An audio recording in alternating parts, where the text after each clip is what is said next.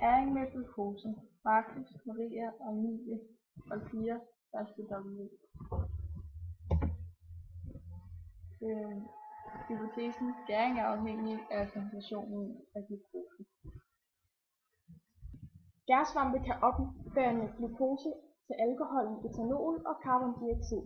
I denne proces er det ikke alle C-atomerne fra glukosen, der bliver omdannet til carbondioxid, men nogle bliver bundet i en organisk forbindelse, altså etanol. Etanolindholdet i vin og spiritus er opstået ved etanolgæring, og brød hæver på grund af carbondioxiden fra respirationen og etanolgæringen. Etanolgæring foregår hurtigst, hvis gærcellerne har det lunt. Etanol er et giftstof for cellerne. Gærcellerne, så når etanolkoncentrationen når en 12-20 volumenprocent, vil gæringen gå i stå.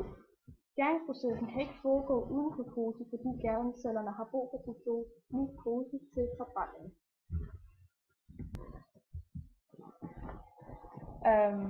Vi anvendte 3 400 ml koniske kolber, gærrør, en vægt, glukose i form af sukker og gær. Og her er forsøgets opstilling. Vi startede med at hælde 2,5 gram gær i 3 forskellige kolber, og en af kolberne indeholdt 0 gram glukose, og den anden kolbe indeholdt 12,5 gram glukose, den tredje kolbe indeholdt 25 gram glukose. Så fyldte vi vand i kolberne, så de indeholdte hver en samlet volumen på 125 gram. Vi målte og noterede alle kolbernes vægt 2 gange om dagen de næste 4 dage. Vi har lavet en tabel over resultaterne for forsøget. Der er 3 kolonner. I hver af de 3 kolonner repræsenterer hver af de 3 kolber, hvor der var 12,5 gram glukose i den ene, 0 gram i den anden og 25 gram i den sidste. På tabellen kan man se, hvordan at massen har udviklet sig hen over tiden, angivet i timer. Derefter har vi proppet tallene fra den forrige tabel ind i log og brug.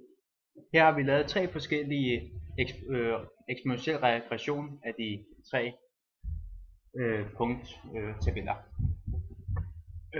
Man kan se, at vi har givet hver en af disse eksponentielle grafer hver deres farve. Den grønne er for kolben med 25 gram glukose i, den røde er for kolben med 12,5 gram glukose i, og den sidste, den blå, er for kolben med 0 gram glukose i. De næste paragrafer de viser den procentmæssige vægttab for de forskellige kolber. Denne udregning er foretaget ved at dividere den nye vægt med startvægten, hvorefter at vi ganger det med 100. Eftersom de alle sammen har udgangspunkt i 100, er det så nemmere at sammenligne hastigheden af massetabet for de forskellige kolber. Og nu til diskussionen af resultatbehandlingen. Når man kigger på graferne, kan man se, at massen af graferne over for 12,5 gram og 25 gram glukose er aftagende, hvilket betyder, at der her er sket en anaerob respiration hos gærcellerne, hvor glukosen er blevet forbrændt, og der er blevet frigivet CO2. Det gælder nemlig, at reaktionsskemaet over for gæring under anaerobe omstændigheder er glukose plus ADP plus fosfor er lige med 2 etanolmolekyler, 2 kuldioxidmolekyler plus ATP. Man kan se, at gæring er mest effektiv hos kolben, hvor at vi brugte 12,5 gram glukose i, eftersom at vægttabet er størst her, hvilket man kan se på den procentvise graf. Derimod er grafen for massetabet af kolben med 0 gram glukose så godt som stillestående, eftersom at der ikke er noget glukose til gærcellerne, så de kan foretage respiration. Eventuelle fejlkilder kan være temperaturforskelle, da gæringscellerne reagerer henholdsvis på lune og kolde miljøer, og vores kolber stod frit på et bord uden temperaturkontrol.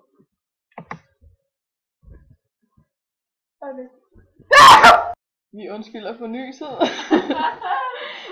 Konklusion er, at ud fra de forskellige kolbers massetab kan vi konkludere, at for at få en optimal en optimal gæringsproces er afhængig af glukosemængden.